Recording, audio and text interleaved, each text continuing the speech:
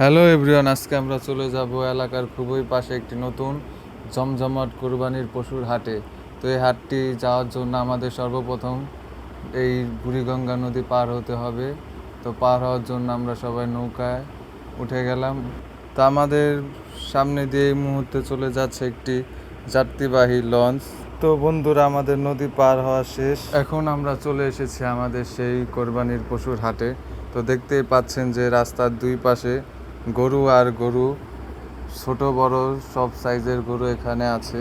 তো দেখতেই পাচ্ছেন বন্ধুরা যে কত গরু রাস্তায়, সব এক সাইজের। এখানে বিভিন্ন সাইজের, এক সাইডে ছোট, আরেক সাইডে বড়, আরেক সাইডে মেজো, সব সাইজের ভাগাভাগি করা থাকে। আপনারা দেখতেই পাচ্ছেন যে এক ভাই গরু দেখছে ও গরুটাকে ভালো ভেবে লেড়ে চেড়ে তারপর দেখছে যে তাদের পছন্দ হয় কিনা, তাদের দামের সাথে মিলে কিনা।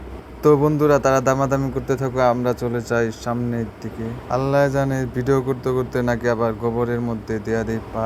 তো এই জায়গায় আমার এক গরুর বন্ধু আর আরেক বন্ধুর সাথে দেখা হয় এবং ওরা দুজন আলাপ করতে থাকে যে কি অবস্থা, বন্ধু কেমন আছিস। তো এখানে আমরা দেখতে পাচ্ছি যে আরেক বড় ভাই, সেও গরু দামাদামি করছে এবং তার কাছ থেকে বিক্রেতা দাম চাচ্ছে 4,50,000 টাকা। তো তারা তাদের মতো দামাদামি করতে থাকুক, আমরা যেতে থাকি আমাদের সামনের দিকে আরো গরু দেখার জন্য। রে তোরা কারা, তোরা মারামারি করতেছিস কেন? ভালো পোলাপাইন মারামারি করে না। এই জায়গায় দেখি আমার বন্ধু ক্লান্ত হয়ে শুয়ে আছে রাস্তার মধ্যেই। এত ক্লান্ত হয়ে গেছে যে ওর পাওয়ার চলে না, আর হাঁটতে পারতেছে না।